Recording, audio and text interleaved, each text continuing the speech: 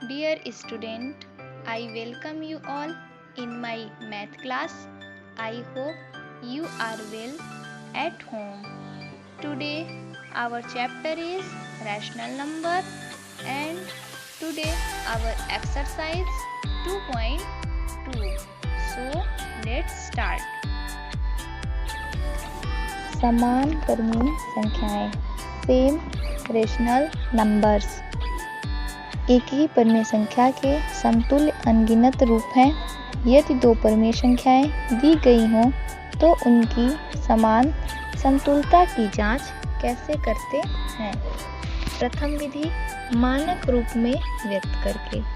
यदि दी गई परिमेय संख्याएं -6/9 और 30/-45 हैं तो इनके सरलतम रूप को प्राप्त करते हैं। कैसे? -6/9 के अंश और हर के निरपेक्ष मानों का मस 3 है।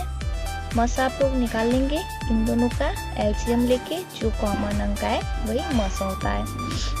-6/9 is equal to -6/9 divide by 3। इसके मस से दोनों में डिवाइड करना है। कितना आएगा? 3 2 ज़ा 6 और 3 3 ज़ा 9, -2/3। फिर 30/-45 के अंश तथा हर के निरपेक्ष मानों क्रमशः 30 और 45 का मस 15 है। 30/-45 is equal to 30 divide by 15/-45 divide by 15। 15 2 ज़ा 30, 15 3 ज़ा -45, इसलिए -3 होगा, -2/3। इस प्रकार हम देखते हैं कि -6/9 और 30/-45 के सरलतम रूप समान है, क्योंकि यहाँ पे भी -2/3 आया है और ये भी -2/3, इसलिए -6/9 इज इक्वल टू 30/-45। ये है समान परिमेय संख्या प्राप्त करने की प्रथम विधि। एक एग्जाम्पल देखिए, -12/15 और 20/-25 की समानता की जांच कीजिए। -12/15 के अंश तथा हर के निरपेक्ष मानों का मस 3 है। फिर -12/15 is equal to -12 divide by 3/15 divide by 3 is equal to 3 4 ज़ा 12, माइनस में 3 5 ज़ा 15। फिर 20/-25 के अंश तथा हर के निरपेक्ष मानों का मस 5 है। 20/-25 is equal to 20 divide by 5/-25 divide by 5 is equal to 4/-5 equal to -4/5। इस प्रकार -12/15 और 20/-25 दोनों परिमेय संख्याओं का सरलतम रूप -4/5 ही है। इसलिए -12/15 इज इक्वल टू 20/-25। सब क्या करना है समझ के? सबसे पहले हम इस संख्या और इस संख्या का क्या कर लेते हैं?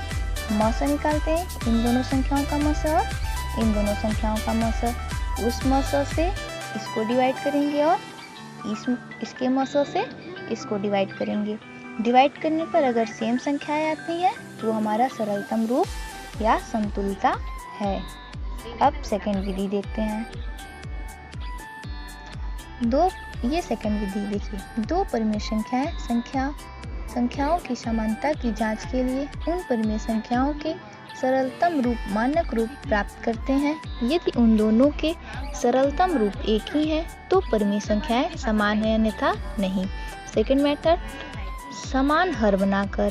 क्या करेंगे? समान हर बनाएंगे। कैसे?